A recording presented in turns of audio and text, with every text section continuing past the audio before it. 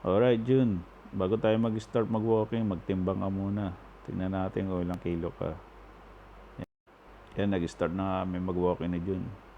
Tuloy-tuloy daw namin tong walking na to hanggang mabawasan siya ng timbang.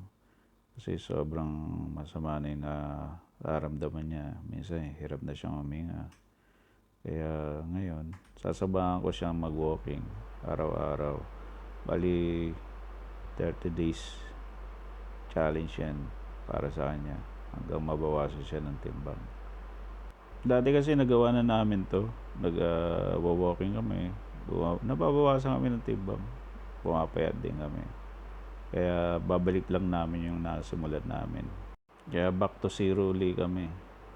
Minsan kasi sa pag-walking, kailangan may kasama ka rin. Iba talaga yung may kasama ka, may nakakausap ka para ganahan kang mag-exercise. Ito unang tulay ng Harold Park. Masarap maglakad dyan. Kahoy yung nilalakaran mo.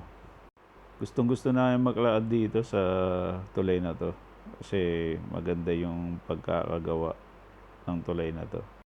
Tsaka ang tagal na ng kahoy na yan, oh. Hindi nabubulok. Madalas kami mag-walking ni Jun dito noon pa. Kaso nga lang natigil dahil sobrang busy sa work. Yun, balik baboy uli kami. Sarap kasi kumain eh. Iba talaga yung maraming kinakain. Kaya ganyan yung katawan namin. Ayan, nakakalahati na kami. Nandito na kami sa second bridge ng Harold Park. Medyo bricks nga lang nilalakaran dito. Maganda rin naman yung view dito. Kaya na-enjoy namin mag-walking dito sa Harold Park.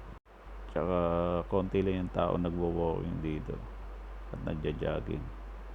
Kaya swerte yung mga lokal dito at mga expat na meron silang pwedeng lugar na pwedeng mag-exercise. Yun, natapos na namin yung 3 kilometer. Punta kami ng cafeteria para bumili ng watermelon.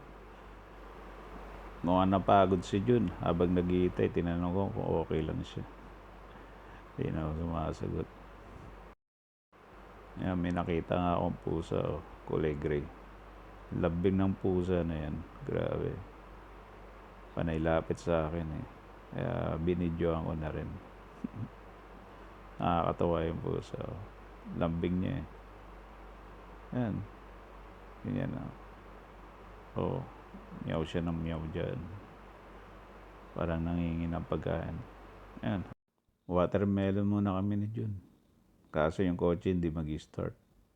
Problema yung battery. Yan pala yung current weight ni Jun.